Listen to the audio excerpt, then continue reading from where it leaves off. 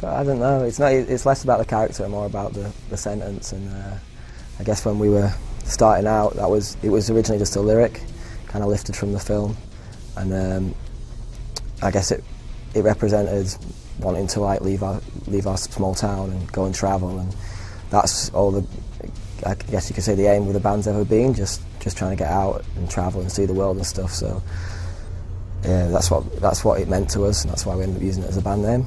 So I never really thought about it being what to do with Jack Sparrow. It doesn't really work like that. Most of the time, it's not that magical. It's a long process of banging your head against the wall until you get to it. That song was one of the first we wrote together, weren't it? Yeah. There's little bits in there, like I remember when you had the lines in the middle, the kind of like middle 8 section. I remember thinking that was pretty different to. Pretty cool. It kind of stood out to anything we'd done. It started off as a much darker track, actually. But we always wanted it to be the first track on the album, and we just kept going over and over and over until I think it was one of the final things was like the lead part where the skippy vocals over the top, how the song starts, was one of the last things we put, and that's when we started being like, yeah, this is cool, this is different. Yeah. I mean, we always really dug the track and the direction. It was just getting it to be like the first song on the album. It had to be perfect, you know. I mean, that's what the whole song's about. People thinking they're standing for something by sitting on the internet and saying you're wrong. This is how it is. It's like that's not actually helping. You either give a shit and you go out and you rally and you do something about it, or you shut your mouth. You know what I mean? You can't have it both ways. You can't tell people eating meat's wrong and eat it yourself. You can't have a go at like all the massive oil companies and then drive a car. You know, you've got to kind of rationalise it. You know, I see people saying Apple are destroying the earth and they're tweeting it from their iPhone and stuff. So it's just we're just living in a mad world now where people think they've got the right to say any old without thinking twice, and I guess that's just a gripe that I have. No, not yet. I mean, that'd be cool though. I'd like that, yeah. I just have a strong opinion on it, and I find the whole thing about people being offended.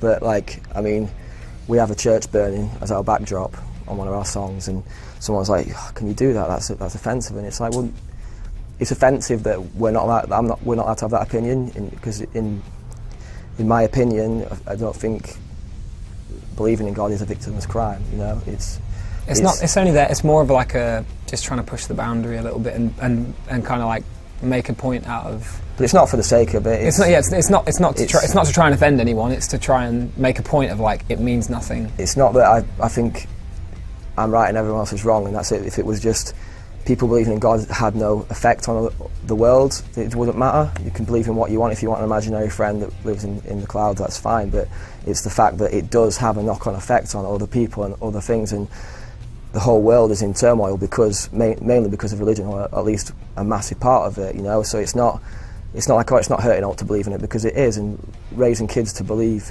in something that doesn't exist and base like being good on something that doesn't exist, it's not good, because what happens when they realise that it's not real, and then they go, well, what's the point in being good, and what's the point in being nice, and what's the point in this and that? It's like you should do everything for yourself and your friends and your family, and you know, you should never look to someone for help. You should realise that it's all that's going to come from you, and no one else is going to help you. And it's a positive message, really. Yeah, it is a positive message. It's definitely believe in yourself. You know, don't believe in anything else. We were just friends. I mean, when he started out, he did a remix for the band, and he was just up for that kind of stuff. He did some stuff on our album There's a Hell. So it was more before he were in Disney films and writing #1 hits. So he had a bit more time on his hands. Yeah, definitely. I mean, it is something we notice. Like the first 10 rows now is just girls screaming, yeah. Girls, and it's strange. But it's cool. It's cool. I mean, it's hard to imagine someone like you see them, and they look about 12, 13, listening to music like ours. But I mean, the thing is, they do know it. They're not just stood there. They know all the words and stuff. So they obviously like the band. It's not like they've just turned up because they think it's cool. You know what I mean? They're like super fans of the band. So I couldn't care less how old they are and what gender they are. If they like the band, that's cool. I think that's awesome. That's what we're all about. We're happy. We want to be the band that gets you into this world of music. You know, we want to be that band that breaks you. Like Linkin Park were the band for me, and I'd love to be like that. You know what I mean? I'm not saying we are by any means, but if that's almost what we relish. You know? We definitely don't have any kind of like reservation or elitism. We don't have any kind of hang-ups about who comes to our shows. Anyone can come, no matter how old you are. If you like it, then that's cool. There's always been girls and younger fans at the shows, but what we notice now is, like Jordan said, is they're all singing, they all love it. They're not just here because it's like cool to like the band or because they think one of the members is attractive or whatever. You know, they're there because they love the music and they're passionate about it, that's definitely changed over the last probably 2 years.